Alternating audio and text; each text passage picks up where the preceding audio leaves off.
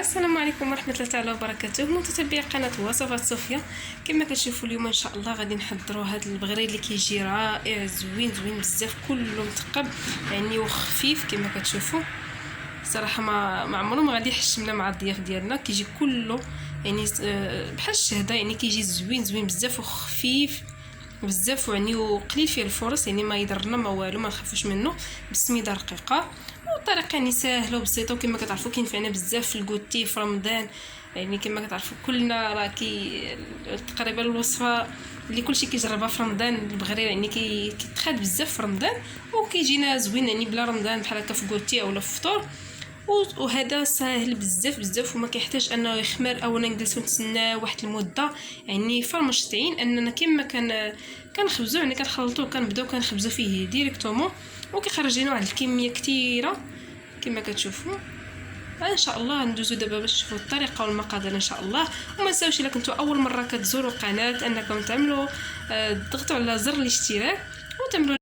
هنايا ان شاء الله بالنسبه للمقادير اللي غادي نحتاجهم اليوم كما كتشوفوا يعني ساهلين وبساطين فقط. عندي هنايا 3 ديال الكيسان، يعني خديت بهذا الكاس هذا يعني ديال العنبه، هذا ديال نسكافيه يعني تو عنده نفس العبار ديال العنبه. 3 ديال الكيسان. عندي هنا 2 معالق ديال الفرص، وعندي هنايا نص معلقه ديال الملح، عندي معلقه صغيره يعني بحال هذه، معلقه صغيره ديال الخميره، وعندي هنايا واحد 4 معالق ديال الخل. صراحه هنايا الخل هو اللي كيعطي واحد الدور، يعني دغيا كيفعل الخميره ودغيا كيختمر لينا. كما قلت لكم يعني هاد البغرير يعني ما نستناوش واحد الوقت طويل باش يخمر عدم، يعني تو سويت يعني في البلاصه كما كنخلطوه كنبداو نخبزوا فيه ديريكتومون. صافي. عندي هنايا 2 ساشيات ديال الخميره من الوزن ديال 8 غرام. صافي. وهنايا بالنسبه لهاد 3 ديال الكيسان السميده غادي نستعمل فيهم تقريبا 4 الكيسان ديال الماء دافي من هادو. يعني ديك الساعات الا لقيت السميده بلي راه شربات بزاف ديك غنزيدو حتى 4 كاس ولا نص كاس. المهم نتوما معايا ان شاء الله غندوزو باش نطبقوهم.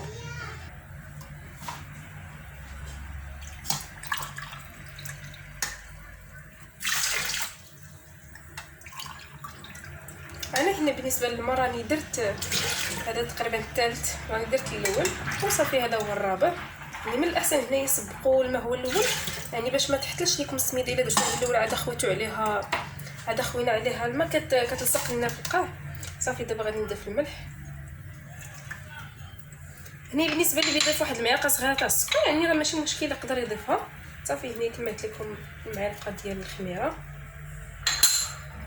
وعندي هنا الخل. صافي. دابا غادي ندوز السميده.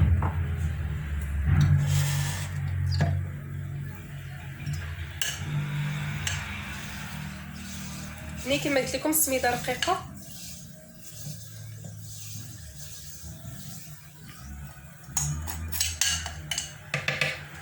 صافي. و2 معالق ديال الفورص.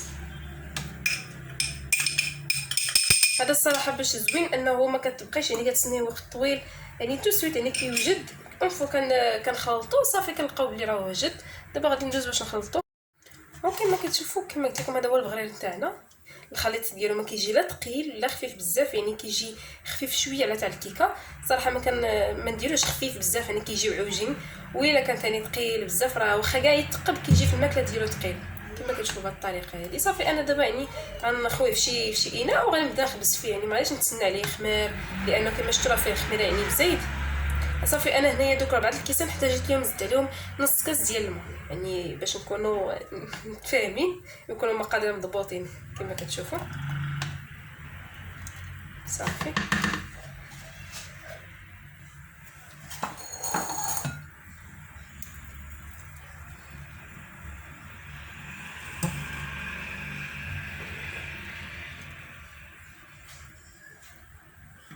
وصافي. هنايا كما كتشوفوا انا جبت الخليط قربته حدايا، وعندي هنايا الضفار دايره على عافيه مهيله الصراحه. يعني ملي كنخوي عاده ديك الساعات كنجهد العافيه، قبل ما نخوي كنقص العافيه، ومن بعد ما كنخوي كنجهد العافيه شويه.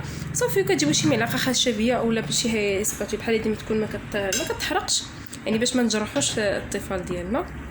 صافي. وهنايا العبار نحاولوا ما امكن نشدوا العبار في هاد المغرفه بحال هكا، يعني داك القياس اللي هزينا نبقاو نهزوه كل مره. بسم الله.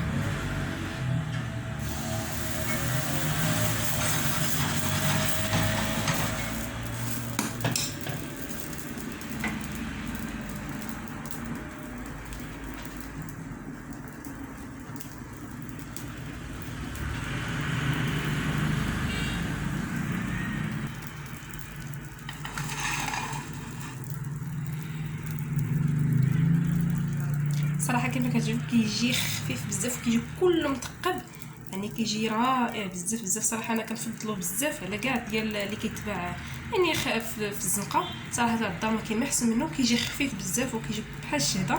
هانتوما كيما كتشوفوا صراحه هذه راه الاولى، يعني من بعد من حدنا كنخبزوه هو راه غادي كيزيان تبارك الله. صافي نبقى نستمر بحال هكا حتى نكمل. دابا ملي كتبان لي صافي قربات تطيب يعني بقاو شويه كنعاود ثاني ننزل العافيه كنقصها ونحيدها.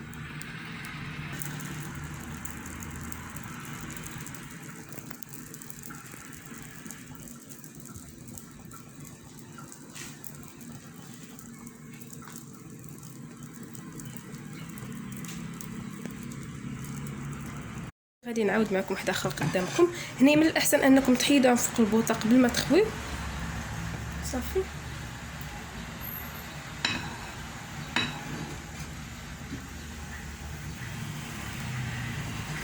صافي نحاولوا نحركوا الطفل ديالنا واحد شويه تقاد صافي كنرجعوا فوق البوطه.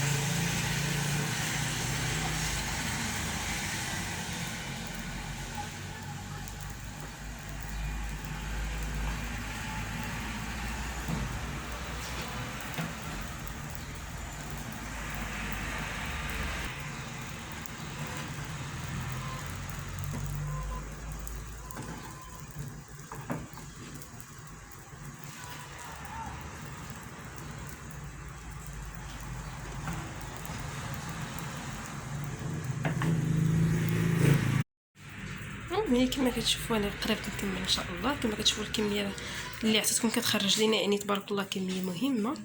صافي انا غادي نستمر بحال هكا حتى نكمل. وهذا كما كتشوفوا تيكون الشكل النهائي ديالنا تاع البغرير تاع اليوم. ما شاء الله كيجي يعني كله مثقب، يعني كيجي بحال الشهده، يعني كيجي وكيخرج يعني كميه كثيره. كنتمنى يا ربي ان البغرير ديال اليوم انه يعجبكم.